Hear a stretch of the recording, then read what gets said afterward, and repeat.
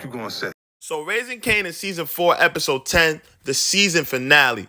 Let's talk about it. We were left with a huge cliffhanger at the end. Did Kanan actually shoot RaQ? So because of what the cop had told him, which was somebody saw a black lady walking out the apartment that Crystal had died at, Kanan 100% believed that this black lady was RaQ, with no real proof, by the way, and that RaQ was the one that killed Crystal. And this would then lead to Kanan pulling up to RaQ's apartment. By the way, before this, Jukebox will tell Kanan, chill. How do you know that that was RaQ? You don't know. How are you sure? So Kanan even got mad at Jukebox for questioning the legitimacy of this, and he almost took it there with her. Remember that scene, this episode? Look at Jukebox's face. Kanan got the gun out talking about, if you're not with me, you against me. So this leads to Kanan going to RaQ's house with the gun with one motive. He wants to take her out.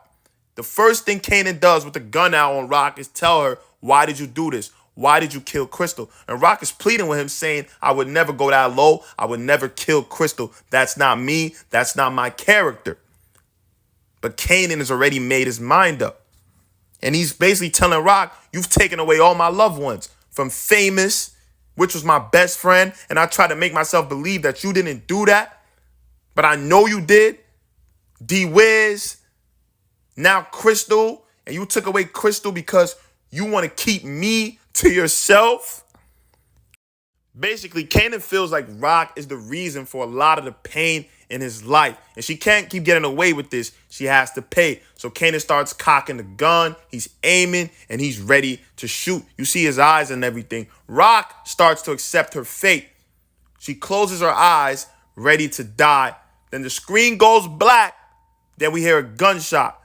And I do not think this is Kanan shooting RaQ. I do not think RaQ is dead. Maybe Unique ended up pulling up to the apartment trying to shoot at RaQ, and that Kanan realized it was Unique and his people, and he shot at them. Maybe Jukebox ended up coming through, but there's a whole lot of different scenarios. But I do not think Kanan shot RaQ. I still think RaQ is alive. Finally, we're done with the Uniquest Breeze. We're done with the Be-Realest Breeze. The infamous Breeze has finally been revealed, and he's going to be in business with Kanan. He's snapping Pop's nephew, which is going to make things a little crazy next season, given that ultimately Kanan's going to have to take these two out because he's going to find out that they had something to do with Crystal. But also, next season, we're going to see the bond between Kanan and Breeze grow. I'm going to be real. I felt bad for RaQ's character in this episode. She got into it with everybody. But that Jukebox conversation, the one that they had at the shop, you could tell that that really hurt RaQ because Jukebox has been this angel to RaQ. And she's never came at RaQ in that type of way. You could tell her approach towards RaQ genuinely hurt RaQ because Jukebox is like a daughter to RaQ, basically. Anytime they had a conversation, it was either positive or ended up with smiles. But this one was different. And then you had the Marvin conversation later on in the episode that got very heated. And RaQ calling Marvin out like you're always messing something up. And he did mess up this Stefano situation. But I also feel like RaQ doesn't give Marvin enough credit. And she talks to bro too crazy. Like, come on.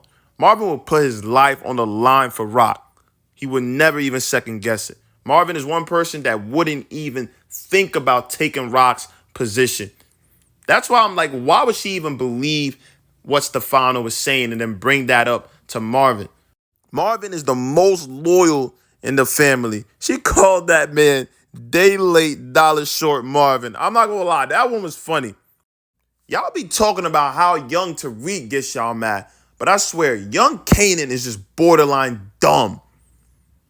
Easily manipulated, believes anything, and he still can't realize his two biggest enemies are the ones that are giving him work.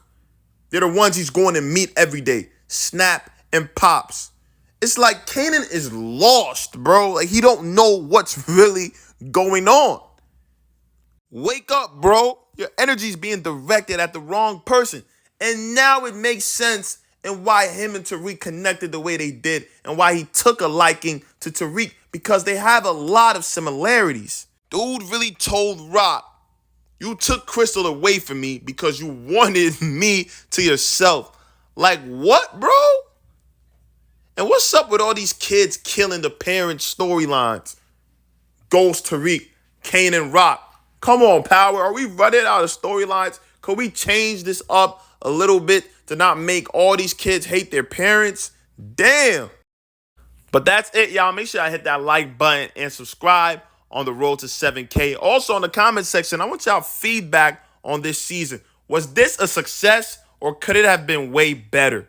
Also, leave some of y'all predictions and theories for season 5 in the comment section. I want to hear some of y'all point of views.